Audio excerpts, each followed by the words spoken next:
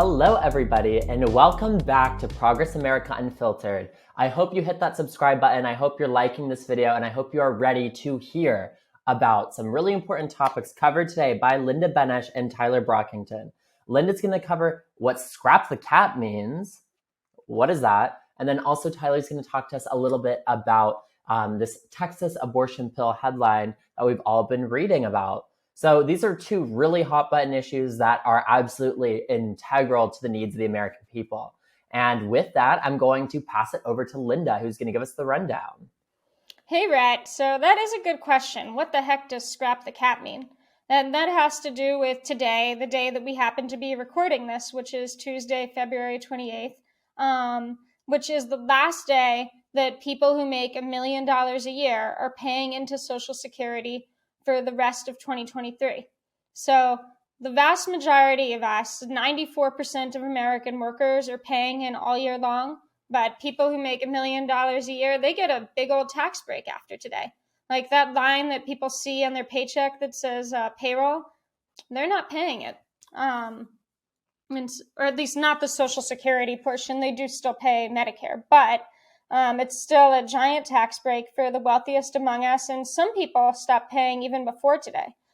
So Tucker Carlson and Joe Rogan, who both earn many millions of dollars a year, they stopped paying in early January. So this is a massive tax giveaway to the wealthiest among us. And in fact, some people don't pay in at all. So Elon Musk, it's reported that he doesn't actually take a salary, but he makes lots of money in unearned investment income and stock options. People don't have to pay into Social Security on that whatsoever. So this is a completely ridiculous giveaway to the wealthiest among us. And if they just paid in all year long on all of their income, we could afford to not just protect, but also expand Social Security. So any politician, which mostly Republicans do this a lot, or pundit on TV who says that we can't afford Social Security or that it's not going to be there for young people, they're lying. They're just trying to protect the wealthy from having to pay in all year on all of their income. And the good news is that there are some bills in Congress that would change that, including there's one from Representative John Larson called Social Security 2100, a Sacred Trust. That was supported by 90% of Democrats in the last Congress, and that would lift the cap so that millionaires are paying in all year long. There's also another bill in the Senate that Bernie Sanders and Elizabeth Warren recently introduced called the Social Security Expansion Act that would also lift the cap, and it would keep Social Security strong for 75 years and beyond, and it would also increase and improve benefits. So there are ways to fix this. Yeah, so Linda, as you were covering that topic, I just was thinking, wow, do the rich and powerful need another government handout? Like, do they need another get out of jail free card from the government? And of course, we thought no. But it just seems like again and again, they're going to get away without paying a fair share of the benefits that so many Americans rely on. And then as you were mentioning, it's like Tucker Carlson is going to go sit on his show and he's going to tell Americans why we do not need Social Security and Medicare. And it's because he's not paying for it. He doesn't care because he doesn't pay into it. And he's also never going to have to rely on that because he has all of the money at his disposal to go about these things and not have to worry about Social Security payments going into his bank account like so many Americans do to keep themselves afloat as they get older. I mean, it's absolute, it's not surprising, but it's that same kind of rhetoric that is just so damaging to the American people. And Tyler, I know this is a topic that you care a lot about too, so I was just going to ask you, what do you think about this? I mean, okay, I think it's pretty hilarious that the same people, let's keep picking on Tucker Carlson. I can always get behind bullying him. So it's hilarious that Tucker Carlson, with his Swanson frozen dinner inheritance, is saying that Social Security is expensive and the American people are paying for this when he's an American person who's not paying for this. And, all the time we hear from Republicans how expensive and costly these programs are, which we know isn't true. But a funny thing is, if you're so worried about them being costly and a burden on the American people, if we made the Elon Musks and Tucker Carlsons of the world continue to pay throughout the year, like every single one of us do, then these programs would have a surplus and they wouldn't be such a burden. And, I think a lot of their arguments would be null and void, but they don't want to do that. So instead, they act like the program's the problem instead of the fact that they're not paying their fair share. Yeah, that's exactly right. And another thing is that when the cap on people paying into Social Security was last adjusted, that was in the 1980s. The idea was that it would at least cover 90% of all wage income in America. And it did at the time because there was less inequality and there just weren't that many people making above the cap, which this year the cap is at $160,000 a year. But since then, inequality has risen, and so now more income is earned above the cap. In fact, it's doubled to about 20% of all income is above the cap, and that represents trillions in lost income for Social Security. And so it really just shows how rising inequality has been hurting not just our country, but also our Social Security system. Yeah, that's a really great closeout on that topic, Linda. And I think from this, we are just seeing that continued trend of the rich, of the powerful, making decisions for the people of this country. And you know what? It's just they're out of touch from the needs of the American people. They are just kind of sitting in these these polished, Trump Tower-esque buildings, and they're not seeing what us people are dealing with on the everyday basis.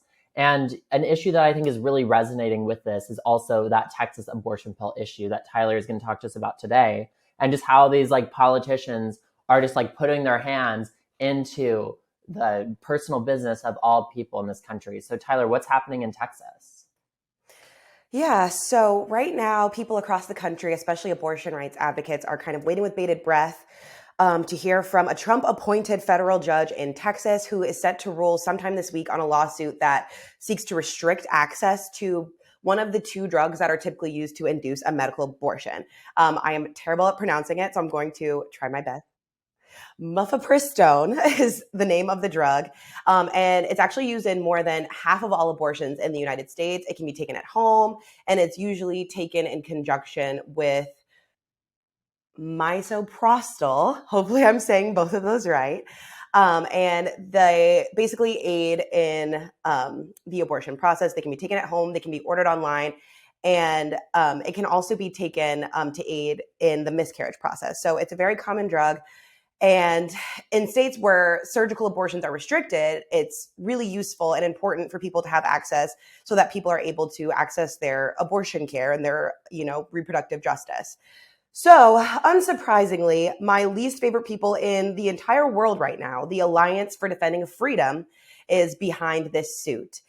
They're basically alleging that the FDA shouldn't have approved this drug and that, studies have shown that it's not safe. Obviously, this isn't true. This drug has been used consistently and repeatedly, and it's used by millions of people across the country. However, depending on this judge's ruling, it could lead to this drug being taken off the market and not being able to be sold, which would affect nationally 40 million women, CBS projects. And this could essentially create another ban on our abortion rights and reproductive freedom. So this is causing a lot of confusion and a lot of fear for a lot of people. I know myself included. We don't really know what this means. So one thing that we wanted to shout out, and we'll also have a link in the show notes so you could take a look, is an organization called If, When, How, and it's the Repro Legal Helpline. And they have a lot of helpful information that will let you know the abortion laws in your state, including self-managed abortion, which would include the use of these drugs, and judicial bypass. You can donate if you have the funds so that you can help other people who need these resources, use them yourself, or share with people in your life that may need it. But right now, we're really waiting to hear more. The judge has not given his ruling yet. We're still waiting her ruling yet. Is it a female judge, actually? I can't remember. Either way, we have not heard yet from the judge on their ruling. We'll find out this week, so we'll hopefully have an update later. But this is something that a lot of abortion advocates were talking about when the current Supreme Court overturned Roe v. Wade with their Dobbs decision. This is what we were saying. In their Dobbs decision, they were saying, we want to give the power back to the states, states' rights. The states should decide, what abortion care looks like in their jurisdiction. But a case like this is deciding abortion rights for the entire country. If this issue goes through, or if this drug gets banned, that will impact millions of people across the country immediately. And we want to make it said, abortion will still be legal in the states that it's legal in. Even if this drug is taken off the market, you can still get misoprostol, and you can still get other forms of abortion, but it will make it more difficult and more challenging and more dangerous for people to seek care. So this is what we mean when we say all of these things has an impact. And it's frustrating. I'm tired. I'm scared. We shouldn't have to keep fighting for the same things over and over. But that said, the fight isn't over. There are people working it out. And at Progress America Unfiltered, we're going to keep our eye on this, and we'll hopefully have an update once the ruling is official. Yeah, thank you, Tyler, for that update. And I just think it's so disgusting how this ruling, it's all like in the language of, oh, we just, don't know if this drug is safe and we need to protect women, right? And it's not about that at all. It's paternalism. It's restricting women and controlling our bodies and in the guise of safety. It's the same as these regulations on abortion clinics that they say, no, this is just about safety, but it's not. It was always about driving them out of business and about letting women and pregnant people know that our place in society and that we're not allowed to control our own bodies. Absolutely. Yeah, and there's nothing safe about limiting safe abortion access at all, right? Because people are still going to find ways to obtain abortions, and it's just going to limit the safe abortions and the access to them. And you know what? I'm just thinking about how in general, when there's a health disclaimer on anything, be it a product you're purchasing from the store. I'm just thinking about cigarettes as an example. There's usually just a disclaimer on it, may cause health problems, may cause cancer, etc. Wouldn't a disclaimer be a better kind of more nuanced approach to limiting this if they were not just trying to ban abortions altogether? It's very obvious that this is something that's just supposed to ban abortion access. Right. And I also think that honestly legitimizes their argument too much. I think, their argument that, it hasn't been tested and it's not safe enough. This is something that people take all of the time. There are things that, there are millions of people who use this to take their reproductive rights and have for decades. So, the fact that this argument is coming now, it literally is such a thinly veiled attack at abortion rights and nothing else. They are not concerned about your safety. Otherwise, they would be offering more alternatives and more research into more drugs and more treatments that can be taken to safely terminate pregnancies. But they're not doing that. They're trying to restrict options. So, I don't even want to legitimize their options. And I do want to state really clearly that it's not going to end here. And this is what abortion advocates have been saying and will continue to say. Just like we knew with the Dobbs decision, it wasn't just going to be a states' rights issue. And now we're seeing this come up with trying to, handle how abortions are done across the country and what drugs people can take. We know it's not going to stop at these drugs either. Birth control is next. Contraceptives are next. Again, as Linda was saying, it's not just an issue on having things be safe or taking care of people. It's literally about control and controlling women's body and deciding when you have a child, and if the state gets to decide who has children. And that's the bottom line. None of this is okay. And it will continue unless our elected officials do something about it. Absolutely. And I think that really takes us back to this full circle overarching topic of people within the government are deciding when we can and cannot do things and bring people into this world, but then also limiting the things that people need in terms of resources from the government to keep and sustain life on this planet, hurting Social Security, hurting Medicare, hurting Medicaid, which I know Linda wanted to talk about. I mean, it's just these it's all about, as you were saying, control, for sure. And Linda, did you want to touch on Medicaid at all before we wrap things up? Yeah, so a few weeks ago in the State of the Union, President Biden made it very clear that Social Security and Medicare are off the table in the upcoming negotiations over the debt limit, which is a routine thing that Congress normally raises without any issue, but that Republicans have been saying for months that they're going to demand cuts to important programs to agree to raise the debt limit. And if they don't raise it, it's going to crash the global economy. And so because of what President Biden has been doing and because Social Security and Medicare are so popular, most Republicans, at least publicly, have started saying, okay, maybe that's not what we're going to cut to raise the debt limit. Not that I trust that those programs are completely safe, but they're on the safer side. But then the question is, all right, what are Republicans going to look to cut to instead? And a lot of them have started talking about Medicaid. And Medicaid is the program that gives health care to many millions of low-income people. Actually, there's more Medicaid beneficiaries in America than Medicare beneficiaries, Medicare being the program for seniors. But in fact, a lot of seniors get both Medicare and Medicaid benefits, and Medicaid is especially important for long-term care. It's the largest payer for long-term care in the country. And so if Republicans are successful in cutting Medicaid, a lot of seniors and people with disabilities are not going to have any way to get the care that they need. And so it's really a potential disaster. They've been talking about work requirements, aka people who are too sick to work are going to lose their health care because they can't work. How does that make any sense at all? Unless your goal is just to be cruel to poor people and let them die.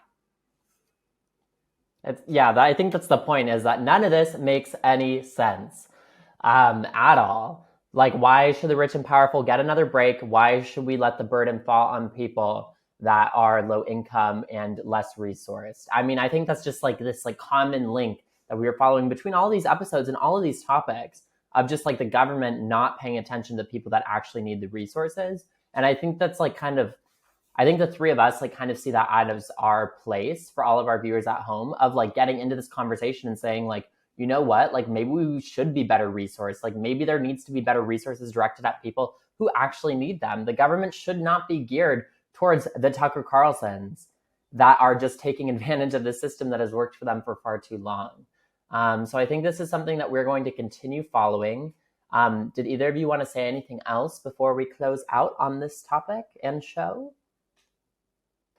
I think if there's one overarching theme that I keep coming back to every time we have a topic, every time we have some new fresh horror that Republicans have unleashed onto us in the political cycle, it's that the only way we can get through all of this is together and through collective action. So just, continuing to remember that we are all people. We all live in the society together. We should all be putting into these benefits so that we can all get out of it. We should all ensure that our neighbors have the health care and the abortion care that they need and deserve. And, remembering that individually we cannot accomplish a lot, but together, through sharing resources, through sharing information, through sharing this show with people who might need to know more about these topics, we can actually get things done and put pressure on our elected leaders to create policy that actually works for us. Yeah, that's exactly right. Republicans are looking for a weak spot. They're trying to find the most vulnerable group, the most vulnerable program, and go after that. And if we all stand in solidarity and tell them no, absolutely no cuts, not to the programs that we benefit from, but also not to the ones that our neighbors benefit from or that anybody else does, then we'll all stand strong together and they won't be able to cut anything. Exactly. And yes, this is all about unity. It's all about fighting together in lockstep. And I really thank both of you for covering these really important issues, be it Social Security, Medicare, Medicaid, and abortion access. These things are all really hot topics that we are going to continue covering here at Progress America Unfiltered. And with that, thank you all so much for joining us. Make sure to like, make sure to follow, make sure to subscribe and share. And we will see you all again very soon. Thank you so much, Tyler and Linda, for joining. And to all of you at home, bye-bye.